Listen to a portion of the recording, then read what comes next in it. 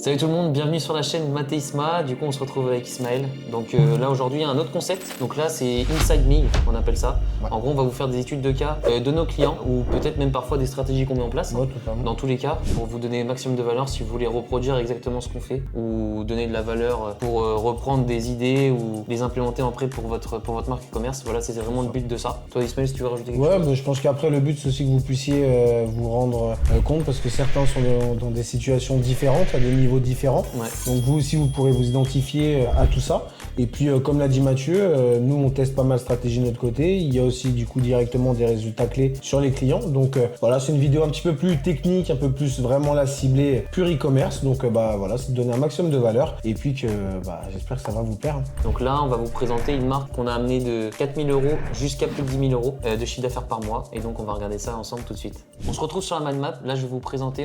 Bien sûr, on va zoomer, mais c'est pour avoir une vue d'ensemble sur la mind map. Comme ça, vous voyez qu'il y a pas mal. C'est un peu une tentacule. On va aller se balader de tentacule en tentacule. Donc là, on va aller voir le constat et le contexte. Donc pour la marque. Donc en gros, là, c'est une marque de complément alimentaire qu'on a accompagné avec un produit phare qui est le Shilajit. Si vous connaissez pas le Shilajit, on va en mettre un au montage. En gros, ça ressemble un peu à du charbon. Hein. Ouais, Du charbon, un petit peu. goudron même. Du goudron, ouais, du goudron. Ouais. Plutôt du goudron. Donc c'est pas trop ragoûtant de prime abord, mais par contre ça a des super bienfaits, on y reviendra après. Mais que ce soit les cognitifs, que ce soit aussi pour la santé, pour le sommeil, pour les mêmes performances sexuelles. Hein. Ouais, c'est vrai. Donc apparemment, nous on n'a pas testé, mais voilà. Ensuite, la marque, dès lors qu'on l'a pris, elle réalisait à peu près 4 000 € de chiffre d'affaires mensuel, comme on vous l'a dit tout à l'heure. Elle avait un taux de conversion faible, donc à peu près 1,5%.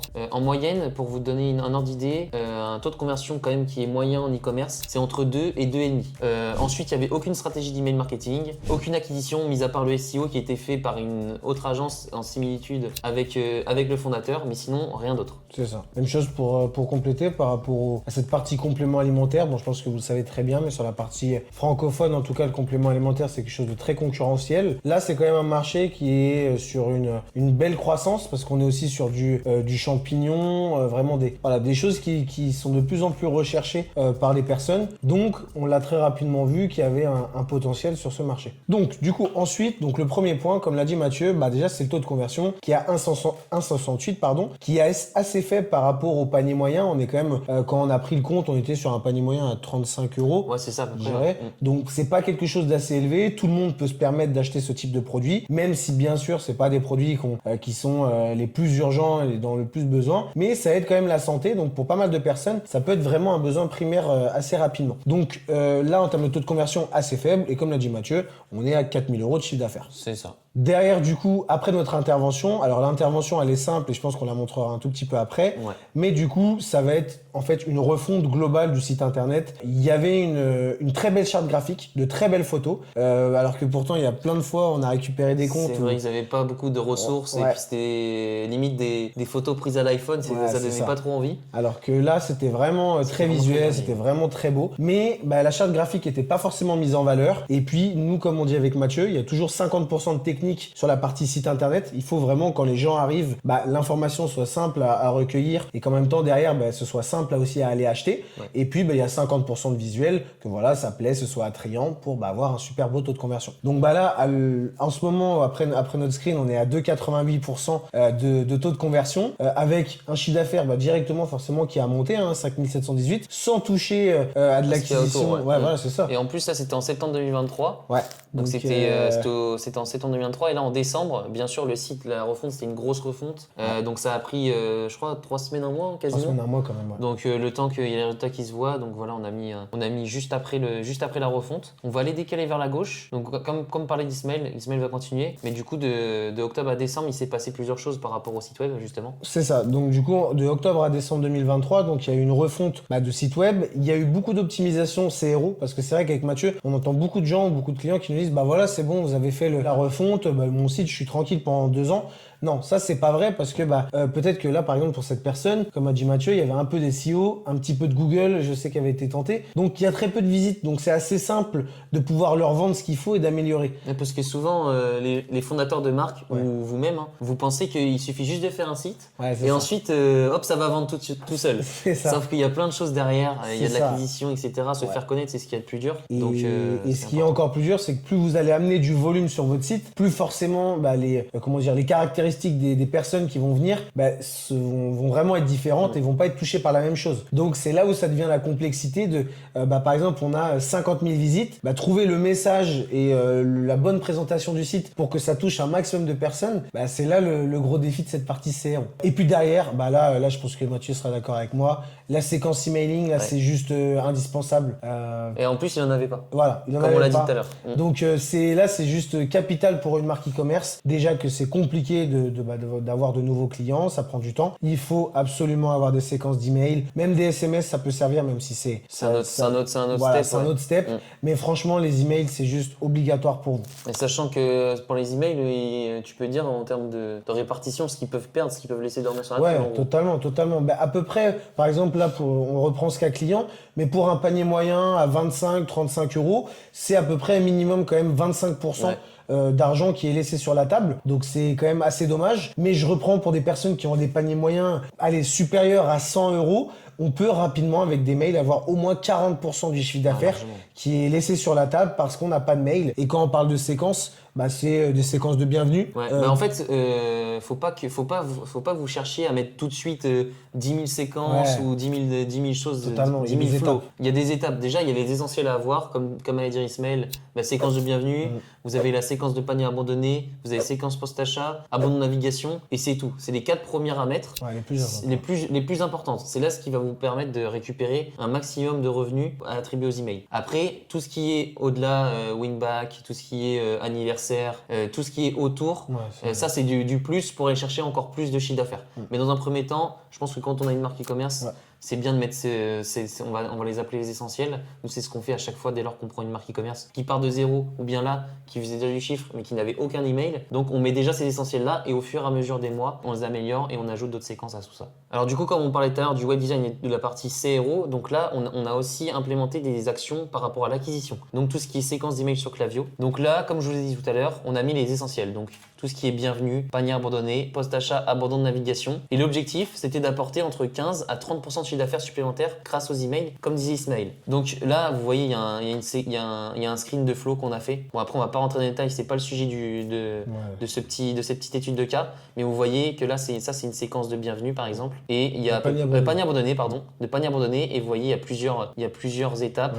Un mail ne suffit pas. C'est ça. Minimum, nous, on a 3 mails. Minimum, grand minimum, avec bien sûr différentes deadlines, différents objets, différents aussi copywriting intérieur. Donc ça, on y reviendra peut-être plus tard dans une autre étude de cas. C'est pas la question, mais voilà en termes de structure, à quoi ça peut ressembler. En tout cas, le basique, l'essentiel dans un début. Et voilà en termes de résultats. Bon, vous allez me dire que c'est pas non plus incroyable, mais 1 500 euros de récupérer, c'est déjà un bon début, c'est déjà un bon chiffre d'affaires récupéré. D'autant plus qu'on aurait pu largement récupérer plus de chiffre d'affaires. Je vais laisser Ismaël en parler, mais il y a eu pas mal de détails qui ont été omis par le fondateur, notamment l'abonnement, etc. Vous voyez que de octobre jusqu'à mi-novembre à peu près, il y a pas mal de ventes. Après, ça se coupe. Donc là, il y a eu le problème d'abonnement en premier lieu. Le problème d'abonnement, c'est des choses toutes bêtes, mais tout le monde, en même temps, c'est normal quand on est fondateur. On peut pas tout déléguer avec une équipe, donc faut un peu tout regarder. Et là, c'est vrai qu'en fait, il y a eu beaucoup de profils qui sont venus sur le site. Et le problème, c'est que Klaviyo était au bout de l'abonnement et donc plus de mails s'envoyaient. Donc là, on a laissé tomber de l'argent. Et puis forcément, les gens, c'est beaucoup trop tard. Après, 15 jours après, c'est pas là où on va récupérer de l'argent, c'est mort. Ils ont plus du tout la marque dans la tête. Et même chose, après c'est reparti. Mais il y a eu quand même cette petite erreur de démarque. C'est ça. Donc là, le démarque, pour vous expliquer rapidement. Il y a eu le démarque et aussi l'abonnement. Et aussi l'abonnement. C'était les deux en même temps. C'était les deux en même temps parce que. Vas-y, explique, tu peux expliquer le démarque. Mais du coup, oui, en gros, le démarque, c'est quelque chose d'obligatoire maintenant que Klaviyo va demander pour pouvoir, en fait, que les mails se distribuent bien. C'est quelque chose à configurer dans votre zone DNS. Donc, c'est avec votre nom de domaine. Mais en gros, ça va permettre de pouvoir bien envoyer vos mails et surtout qu'ils tombent en boîte de réception et non pas en spam. Ouais, et ça a été mis courant fin 2023. Ouais, c'est ça. C'est ça. Donc c'est là les changements ont été faits. Normalement, c'était nous de base, ça devait être fait par le client. Il a été prévenu. Mais du coup, maintenant, comme c'est quand même assez compliqué, il fallait qu'il trouve un prestataire extérieur. Du coup, nous, on a internalisé avec Léo. Comme ça, au moins, dès lors qu'on vous met en place des séquences email, au moins, on vous charge aussi des démarques et des connexions des DNS. Alors, du coup, maintenant, on va passer justement aux résultats. Donc, sur la période, donc octobre à décembre 2023.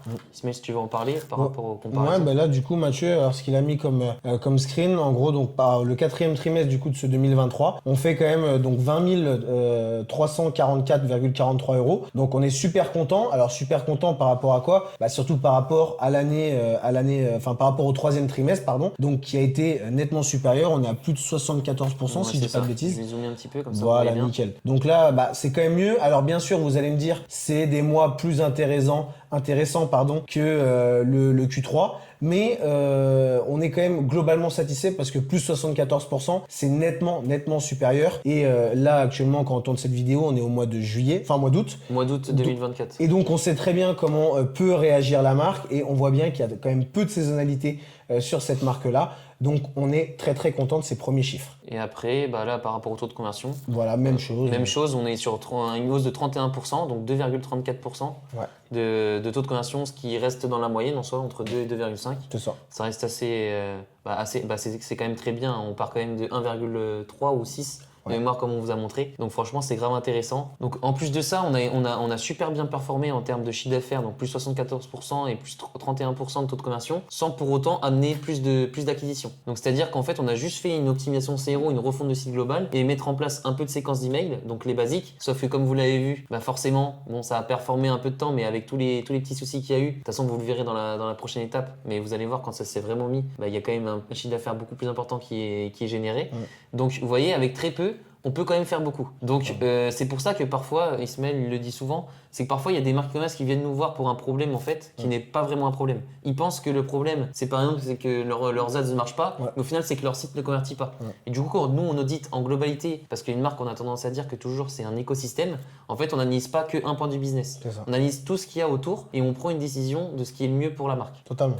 Alors du coup maintenant on va passer par community management, donc notre stratégie on va dire Vertiboost. Ismaël, je te laisse en parler un petit peu. Ouais, alors même chose, alors c'est vrai que je reprends vraiment par rapport au début d'activité d'une marque e-commerce, c'est toujours compliqué de se lancer sur les réseaux. Alors déjà, peut-être pas envie de montrer son visage, pas de talent de montage, pas de talent de graphiste, ça c'est sûr. Mais il va falloir se forcer parce que déjà c'est la même chose, mais plus il va avoir de confiance sur les réseaux, plus le taux de conversion sera intéressant. Et là nous vraiment ce qu'on a mis en place du coup du 1er mai au 31 mai, ça va être un post par jour. Alors c'est clair que c'est un rythme, mais voilà, nous on s'occupe de tout et ça a été la recherche de contenu, la rédaction des scripts, les montages, calendrier éditorial, etc. Et comme on le voit sur le petit screen où il y a toutes les stats, ça a super bien monté quand même. Alors mis à part TikTok qui a été peu intéressant, Facebook, Instagram, même YouTube, on en est vraiment très content parce que ça a permis de gagner des abonnés, beaucoup d'impressions, donc forcément aussi des ventes sur cette période-là. Donc c'était vraiment bien. Bien sûr que par contre, même si on s'occupe de tout, ça a demandé beaucoup de travail parce que faut des créateurs de contenu ou faut que le fondateur se mette en avant. Donc certes, c'est une charge supplémentaire, mais derrière, je pense qu'il le regrette pas parce que c'est quand même une belle image déjà qu'on peut mettre de la marque. Et même là, il y a un petit exemple de réel qui a explosé. Enfin, explosé, voilà, tout est relatif. Mais 36 000 vues. Et je crois même que maintenant il a atteint 100 000, je crois. 100 000 vues. Ouais, 100 000 vues. Quand on a à peu près 700, 1000 abonnés maintenant, ça fait quand même toujours plaisir parce que ça montre. Surtout qu'il part de zéro. C'est ça. C'était des nouveaux comptes. C'est ça, c'est vraiment, on part de zéro, il n'y a rien du tout. Les réseaux, faut pas croire que c'est. Nous, on a tendance à comparer ça au SEO, c'est-à-dire que vous allez taper dans la. On dit ça un peu cru, mais taper dans la butte pendant 3-4 mois. Parce que c'est très rare quand même que vous allez faire dès votre première vidéo 1 million de vues, 10 000 abonnés. Mais en soi, on s'en fout des abonnés, on va le dire clairement. Nous, c'est pas ce qu'on recherche. Nous, ce qu'on cherche, c'est gagner de la visibilité. Si on fait 50 000 vues sur un réel, mais qu'au final, ça nous rapporte 200 abonnés, on s'en fiche. Le but, c'est que les gens nous voient, qu'ils soient rassurés, parce que forcément, nos clients vont venir voir, les clients de la marque, vont venir voir les réseaux sociaux de la marque, que ce soit sur Insta, sur TikTok. Ça rassure de voir le visage du fondateur, de voir qu'il y a des gens derrière qui font les produits, etc. Donc, dans tous les cas, tout est bon à prendre et on l'a vu que ça fait drastiquement monter le chiffre d'affaires par rapport à la mise en place de cette stratégie-là. Et surtout, s'il vous plaît, ne me dites pas, oui, mais mon concurrent, il a 10 000 abonnés, il l'a fait en... On s'en fiche. Il y a tellement de façons d'avoir des abonnés facilement. Déjà, on peut les acheter. De deux, on peut faire des placements et ça monte très vite. On peut faire que de la sponsorisation de posts, des choses comme ça, juste pour monter. Donc, on peut même acheter des vues. Voilà, on peut tout faire sur les réseaux, mais derrière, c'est bien beau d'avoir ce chiffre-là. Si c'est en mettant une story, on fait 50 50 vues story, ça sert à rien. Donc voilà, ne regardez pas ce que font les autres, mis à part pour de l'inspiration de contenu, mais derrière, voilà, comme Mathieu le montre, l'objectif c'est de gagner en visibilité, d'augmenter la confiance, de drainer plus de visiteurs sur le site et forcément d'augmenter le chiffre d'affaires. Et j'irais même jusqu'à rajouter, vous allez forcément recevoir des DM. Ouais. Et là, c'est quand même une partie intéressante parce que vous n'êtes pas pressé pour le temps pour discuter avec ces personnes. Mais souvent, il peut avoir des retours des retours constructifs. Et donc, ça va vous permettre de dire, voilà, je pourrais peut-être rajouter ce produit, améliorer mon site, etc. Donc, ça aussi, c'est une communication intéressante. Ouais, même accès aussi, parce que les gens vont faire des retours par rapport aux produits. Par exemple, nous, ça nous est arrivé sur quelques marques. Par exemple, tu sais, par rapport aux livraisons. Ouais. Ils ne pouvaient pas choisir, j'ai une bêtise, le point relais. Ouais. Et du coup, grâce à ça, on a pu modifier ça et ça a augmenté aussi ça a diminué le SAV aussi. Donc il y a plein de choses qui ont fait que grâce au réseau, il y a plein de gens qui envoient des messages et du coup qui nous permettent d'améliorer la marque dans son ensemble. Du coup là pareil, par rapport à cette nouvelle année, on a mis en place l'acquisition. Donc là vraiment le SEA, donc si vous connaissez pas le SEA, c'est Google Ads. Hein. Après vous avez Bing Ads, mais maintenant ça s'appelle Microsoft Ads, ça a changé. Donc en gros là, on avait lancé des campagnes du 23 avril au 5 juin, donc là c'est vraiment les résultats. On a dépensé 2500 € à peu près. Un peu plus que de 2500 € et on a généré 6300 € de chiffre d'affaires. Donc c'est quand même un ROAS très intéressant, surtout pour un début. Un ROAS de 2,5. Donc ce qui est très très très très performant parce qu'en général, si vous voulez, nous à chaque fois qu'on prend un client, on s'avance jamais sur les ROI parce que dans tous les cas, si on s'avance sur des ROI ou quelqu'un si on peut vous aider, c'est un menteur. Ouais. S'il vous dit le mois prochain vous aurez un ROAS de 3, fuyez. Donc c'est pas possible d'inventer de voir dans l'avenir, surtout en termes de publicité parce que les coûts vont varier. Donc nous toujours le premier mois, on dit toujours que c'est une phase de test, d'apprentissage, tester des stratégies, etc. Là en l'occurrence ça a très bien marché parce que le compte a très bien performé et du coup on a un super bon ROI et une super belle rentabilité. Donc là les deux gros points qui ont été à travailler déjà c'était le tracking. Ouais. Y a une partie précédente où il y avait déjà de la donnée sur le compte, mais en fait on se rendait rapidement compte que il y avait pas, tout ne remontait pas. Donc là, c'était le premier enjeu. Et puis ensuite, c'était quand même de pouvoir cibler un produit phare. Et là, on a pu rapidement le trouver. C'est ce qui nous a permis de vraiment avancer là-dessus. Et puis maintenant, là, par contre, c'est clair que on peut maintenant quand même prédire des ROS parce qu'on est quand même déjà à 2 ou 3 mois de gestion. Ouais, maintenant, ouais. Et voilà, on a la main sur le compte et on le sait. Mais voilà, par exemple, c'est facile de pouvoir dire, on sait qu'on va pas descendre en dessous les 3% par exemple de ROS. Donc voilà, en tout cas, ça se passe super bien. Et ce qui est bien dans Google, c'est que souvent, c'est quand même assez stable comparé à Meta qui peut avoir parfois des gros pics de descente ou des gros pics de montée. Mais là, voilà, on est quand même très très content. Et du coup, maintenant, par rapport aux séquences d'emails, donc là, comme on vous a parlé par rapport à l'année d'avant, on avait mis en place ces séquences d'emails, mais ça restait du basique et puis il y a eu pas mal de petits problèmes, notamment par rapport aux démarques, par rapport à tout ce qui était aussi abonnement. Donc là, vous voyez, quasiment du 1er janvier au 5 juin, donc on a récupéré quasiment 8400 €. Donc vous voyez, maintenant, il n'y a pas de pic de down ou quoi, donc c'est beaucoup plus intéressant. Comme on vous l'a dit, on a mis un plan payant qui a été mis en place, on l'a vraiment boosté, donc là, je crois qu'il paye à peu près entre 40 et 100 € par mois. Il est rentable. Il est rentable, il récupère quand même 8400 €. L'objectif, comme on l'a dit tout à l'heure, c'est toujours d'apporter entre 15 à 30% de chiffre d'affaires supplémentaire. Et voilà en termes de résultats. Donc là, normalement, votre campagne qui sera la plus performante, normalement, ça va être votre bienvenue. Donc là, on a récupéré 6700 € avec la bienvenue, donc 0,67 centimes par envoi. Idéalement, ça devrait monter à 1 €. C'est pour ça que nous, on est continuellement en test. Pareil par rapport, vous savez, à l'après-achat, à panier abandonné ou même abandon de navigation. Normalement, un très bon taux, ça doit être à 1 € par envoi. Bien sûr, au-delà de ça, il y a des choses à tester, il y a des choses à analyser. C'est pour ça qu'on est transparent, vous le verrez, même si c'est pas, on va pas trafiquer les stats. Ouais. On vous montre comme ça à l'instant T. Donc franchement, ça a été grave intéressant et puis on voit que ça a quand même rapporté un certain chiffre d'affaires. C'est quasiment 2 mois de chiffre d'affaires complet qu'ils faisaient auparavant. C'est ça. Juste avec les mails. Donc c'est pour ça, ce n'est pas négligé. Toi, Ismaël, tu avais un truc à rajouter par rapport à ça? Non, mais en soi, tu l'as très bien dit. Toujours continuer d'A/B tester. Je pense que peu importe le levier d'acquisition ou même votre marque e-commerce, vous allez toujours devoir faire des A/B tests. Plus vous allez monter, plus il faut continuer. C'est ça. Et du coup, de janvier à début juin 2024, donc on a pu commencer à gérer la partie social media. Alors là, on est directement allé sur Meta parce que pour nous, c'est la première plateforme à bien maîtriser. Le lancement des ads sur le SIA et puis comme on l'a dit, l'optimisation de l'emailing. Derrière, qu'est-ce que ça a donné? On en est vraiment encore très content. Et là, on peut pas dire c'est de la triche par rapport au trimestre. Donc là, on a atteint ces 38 207,72 €. Par rapport au 4e trimestre, c'est encore, si je dis pas de bêtises, 88% C'est en ça. plus. Je vous zoome un Donc petit peu. c'est pas rien. Je pense que vous le savez, pour ceux qui ont une marque, faire des pourcentages qui vont aussi vite, c'est compliqué. Donc on est vraiment très content. Et puis la preuve encore en dessous, avec tout ce qui est mis en place, bien sûr, du retargeting, l'optimisation des mails, continuellement optimiser son site internet, on passe quand même à 3,19% de taux de conversion, qui est nettement supérieur au marché francophone. Donc voilà, ultra content. Ça montre aussi l'optimisme du marché. Parce que, franchement, c'est un marché qui répond bien, même si ça reste une niche, on va pas se le cacher. C'est ça. Donc bien sûr que certaines personnes ne pourront peut-être pas atteindre certains chiffres parce qu'il peut y avoir des plafonds, des choses comme ça. Mais en tout cas, là on voit que c'est un marché ambitieux. On voit qu'avec la progression du chiffre d'affaires qu'on a fait aussi vite en termes de trimestre, ça veut dire qu'il y a encore largement plus à aller chercher. Et ça, faut vous dire que c'était avec un produit. Ouais, c'était qu'un produit. Ouais. Donc voilà, là on a demandé à élargir la gamme. Donc il y a vraiment de belles choses à faire. On est vraiment content de ce trimestre. Surtout que de base, on l'a comparé au quatrième trimestre, donc on appelle le Q4 dans le jargon du e-com. Ouais. Ce qui fait que normalement, c'est censé être, comme l'a dit Ismaël tout à l'heure, le trimestre le meilleur. Hein. Ouais, le plus bénéfique. Le plus bénéfique pour une marque, et sachant qu'on lui a mis 88% dans la vue. Ouais. Donc par rapport à ça. Donc alors que tout le monde dit janvier, c'est un mauvais mois, etc. Tout le monde va vous trouver des excuses. C'est ça. Tout le monde se trouve des excuses, mais au final, c'est à vous de travailler, c'est à vous d'aller chercher des clients potentiels. Il n'y a pas de mois creux, même si, bien sûr, juillet, août, ça reste quand même plus compliqué, mais il y a toujours moyen de faire du chiffre d'affaires. En tout cas, on ne peut pas descendre de 30 000 euros de chiffre d'affaires, par exemple, à 10 000 euros. Dans tous les cas, il y a toujours de l'argent à trouver quelque part. C'est clair. Donc, ne trouvez pas des excuses. Et ensuite, maintenant, on va passer à la conclusion.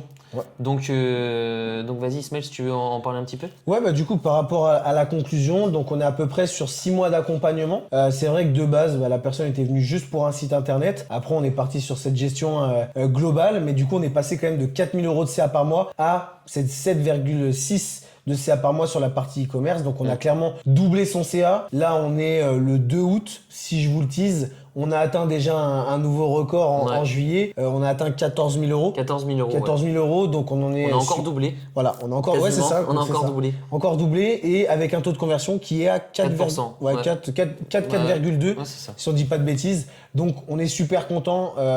Ça prouve que ce travail continue à avancer. Bien sûr, on a mis d'autres choses et surtout, n'hésitez pas à nous demander en commentaire. On pourra un peu plus vous l'expliquer. Mais voilà, sans oublier que grâce à cette partie digitale, ça a aidé aussi à porter sa partie B2B. Alors, bien sûr, on n'a pas tout fait tout seul. Hein. Il a aussi un agent commercial. Oui, bien sûr. Mais ça permet de mettre de la notoriété, de voir que les marques, c'est intéressant, votre site internet, combien vous faites de chiffres, ok. Et donc, voilà, le marque réalisait à peu près 7 000 euros par mois. On l'a doublé. Ça l'a doublé grâce à cette partie B2B. Donc, à l'instant T où on avait fait cette partie, ça fait quand même 14 000 euros par mois. Et donc, ça fait aussi plaisir de voir qu'il est notamment présent dans l'une des plus grandes herboristeries de France. Donc ça aussi, quand mine de rien, on se dit, je fais que 14 000 euros de chiffre d'affaires, ça fait plaisir que des enseignes et des magasins comme ça reconnaissent votre marque. Donc c'est plutôt cool. Mathieu, si tu veux faire le petit débrief. Et du coup, par rapport à avant et aujourd'hui, donc en vrai c'est aujourd'hui, mais on s'est compris, c'était à la fin du premier trimestre. Ouais. Donc par rapport à avant, donc en D2C, donc c'est la partie e-commerce. Donc il faisait 4 000 euros par mois. En B2B, il faisait 7 000 euros par mois, ce qui faisait un CA global à 11 000 euros par mois de chiffre d'affaires. Et en l'espace de 6 mois, on a fait x2. Donc en D2C, on a fait 7 600 euros par mois. Et en B2B, 14 000 euros par mois. Même si, comme a dit Ismaël, c'est indirectement, on ne peut pas forcément le traquer. Mais quand on prend une marque, c'est en globalité. Et forcément, si on met des actions à droite, forcément, ça se répercute aussi à gauche. Donc en CA total, on est à 22 000 euros par mois à cette époque-là. Et ce qui fait qu'on a fait un global de x2. Donc il faut savoir aussi que les marques les plus difficiles, c'est les lancements. Donc c'est pour ça que toutes les agences, si vous êtes des petites marques, ne vous prennent pas parce que c'est ce qu'il y a de plus dur et votre PMF, ce qu'on appelle ça, Product Market Fit, n'est pas validé. Ce qui fait qu'il y a beaucoup plus de travail à faire, ça prend beaucoup plus de temps et on n'est pas sûr du résultat. C'est ça. Donc c'est pour ça que nous, de passer de 4 000 à 7 600, c'est beaucoup plus dur que de passer de 10 à 30 000. Totalement. Là, comme disait Ismaël tout à l'heure, là aujourd'hui on a 14 000. Les 14 000, on les a fait en quasiment 2 mois, 1 mois. Donc ce qui fait que ça a vraiment bien changé et que c'est beaucoup plus une croissance exponentielle dès lors qu'on atteint à peu près ce 15 000 euros. Ouais. Une fois qu'on atteint cela, on peut largement ouvrir les vannes et aller ouvrir le chiffre d'affaires et le développer. C'est ça. Sachant que même chose, alors ça, avec le fondateur, on en discute toujours. Hein. Le but, c'est toujours d'avoir cette relation et cette discussion discussion ensemble. On sait aussi comment ça se passe quand on est vers ces chiffres d'affaires. On fait tout. On commande les produits, on les emballe, on les envoie. Il faut parler avec nous pour le marketing et tout. Donc, bien sûr qu'il y a des choses, on aurait pu aller plus vite si le fondateur pouvait aller plus vite, mais à côté, il y a une vie de famille, il y a des choses. Donc, on peut pas aller plus vite que la musique, façon de parler. Mais c'est vrai que, bien sûr que peut-être là, on aurait pu faire beaucoup plus, même en partie de SEO. Hein. C'est ça. C'est vrai que le SEO, c'est un gros travail qui est assez lourd, surtout quand on veut refaire cette partie stratégique. Donc voilà, on aurait pu peut-être faire x3, x4, peut-être. Mais en tout cas, par rapport au rythme qu'a eu le fondateur, le plus important, c'est qu'il s'y retrouve, qu'il devienne rentable et surtout qu'il monte son chiffre d'affaires. Donc on est très content. Et puis ça le confirme encore sur cette partie de août. Écoutez, là on a fini pour cette petite étude de cas. J'espère que ça vous a plu. En tout cas, avec Isma, on a essayé de donner le maximum de valeur. Totalement. N'hésitez pas à poser vos questions en commentaire. Nous, on vous répondra avec grand plaisir. N'hésitez pas aussi à vous abonner, à mettre la cloche pour la prochaine vidéo. N'hésitez pas aussi, c'est le premier format avec Mathieu. Ouais. Donc s'il y a des choses que vous voulez qu'on améliore, peut-être nous quand on parle, c'est ça. peut-être dans la présentation, n'hésitez pas, on est toujours ouvert là-dessus. Et puis comme allait le dire Mathieu, à bientôt et on vous dit à très vite. Salut.